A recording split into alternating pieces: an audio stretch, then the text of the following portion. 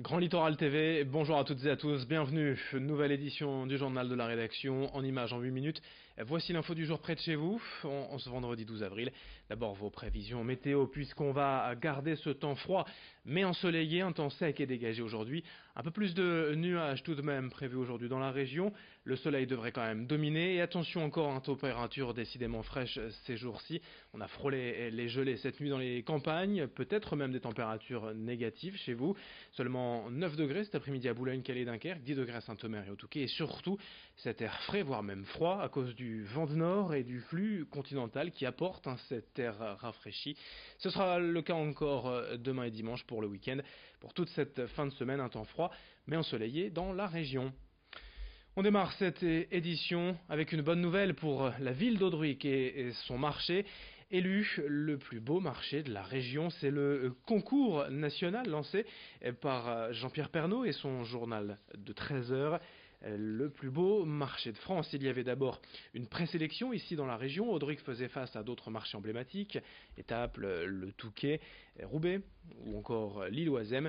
Mais c'est donc le marché d'Audruic, typique, emblématique, qui a remporté la mise. Pourquoi ce marché est-il donc si sympathique? Voici sur le marché même mercredi matin l'avis des commerçants et puis des clients. La qualité du marché du d'Audruic, c'est parce que c'est encore des marchés à l'ancienne, avec de la volaille vivante, et un marché campagne, que les gens sont super sympas, et puis voilà quoi, c'est ce qui fait que le marché, il y a beaucoup de monde sur Audruic. Disons que c'est toujours un plaisir de venir ici au marché, parce que les gens sont sympathiques et on y trouve ce qu'on veut. Il y a beaucoup de diversité, et puis on est bien placé. On est toujours ici en vente artisanale, il y a encore les volailles, des petits qui peuvent déballer sans être pour autant commerçants. On peut encore faire la vente à la criée, puis c'est très convivial et estival.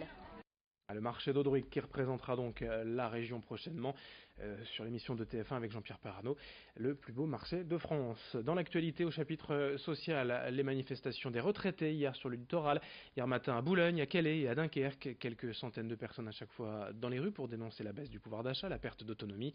Depuis 6 ans, leurs pensions n'ont presque pas été augmentées, l'inflation elle est de 1,7%, si bien que les retraités s'estiment sanctionnés par les gouvernements successifs. On écoute le responsable retraite de la CGT dans le Nord est joint par téléphone. Non, actuellement, on n'a toujours aucune réponse de la part du gouvernement.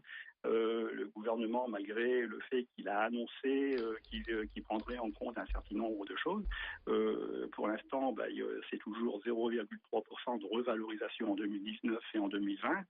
La suppression de la hausse de la CSG pour tous les retraités, par exemple, c'est toujours pas d'actualité. Et la revalorisation Social également avec ce mouvement de grève des facteurs dès aujourd'hui qui pourrait durer une semaine. Les grévistes dénoncent la réorganisation des services et de leur tournée. Un projet annoncé depuis plusieurs mois par la direction de la Poste pour faire face notamment à la chute des volumes courriers à distribuer. À terme, les facteurs ne feraient plus leur tournée en une fois durant la matinée mais en 2 phases, matin et après-midi. Un projet dont ils ne veulent pas, comme l'explique ce responsable syndical interrogé par Edil Gunaï. Forcément, il va y avoir un impact très important sur les usagers, sur la qualité de service. Il faut savoir aussi qu'actuellement, le facteur, c'est lui qui prépare sa tournée. Là, elle va être préparée par quelqu'un d'autre. Et donc, il y aura une coupure méridienne qui va être imposée aux facteurs. C'est un bouleversement total de leurs horaires de travail parce que les facteurs distribuaient le matin actuellement. Là, ça va être étalé sur toute la journée. Donc avec tous les problèmes que ça peut comporter, c'est vrai que pour les usagers qui également sont habitués à avoir le courrier le matin, là ça va s'étaler sur toute la journée jusqu'à 17h. Et il va y avoir un impact considérable sur les conditions de travail. Pour nous c'est une dégradation des conditions de travail. En image aussi dans l'actualité sur Grand Littoral TV, hier la visite de l'ambassadrice de la République d'Irlande à Boulogne-sur-Mer. Le sujet principal a bien évidemment été le Brexit et ses conséquences pour la région et pour l'Irlande aussi. La diplomate a notamment visité le port de Boulogne, Cap-Écure. Cette visite a aussi permis à Frédéric Cuvillier, le maire de Boulogne, d'évoquer les liaisons fret transmanche et de plaider pour le retour d'une ligne au départ de Boulogne. Mais ça, c'est une autre histoire bien évidemment. Et dans ce journal et dans l'actualité régionale, l'incontournable Paris-Roubaix, dimanche, la 117e édition.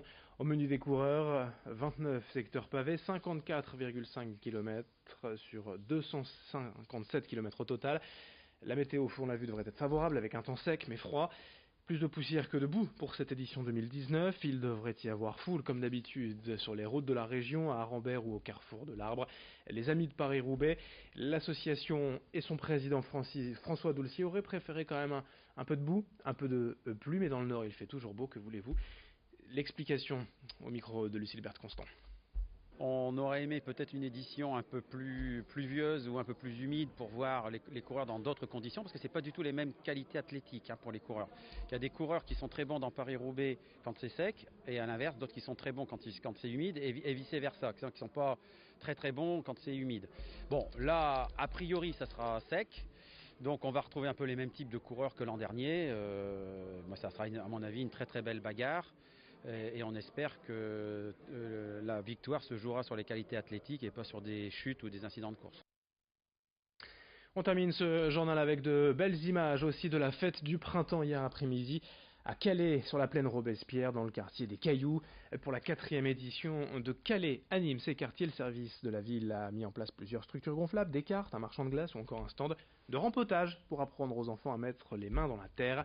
Des animations qui ont bien amusé les enfants toute l'après-midi afin de fêter le retour des beaux jours.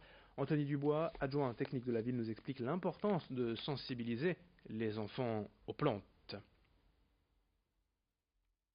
Le but ici de cette activité, c'est de sensibiliser les enfants au toucher de la terre, tout ça, savoir qu'est-ce que c'est le rempotage pour leur apprendre, et puis même pour l'école, tout ça, c'est intéressant pour l'avenir, s'ils veulent faire des potagers, tout ça, pour avoir des conseils. La nature, il y a plein de choses. On peut observer aussi les insectes. Donc nous, au niveau de la commune, il y a pas mal d'hôtels à insectes, divers projets qui sont créés.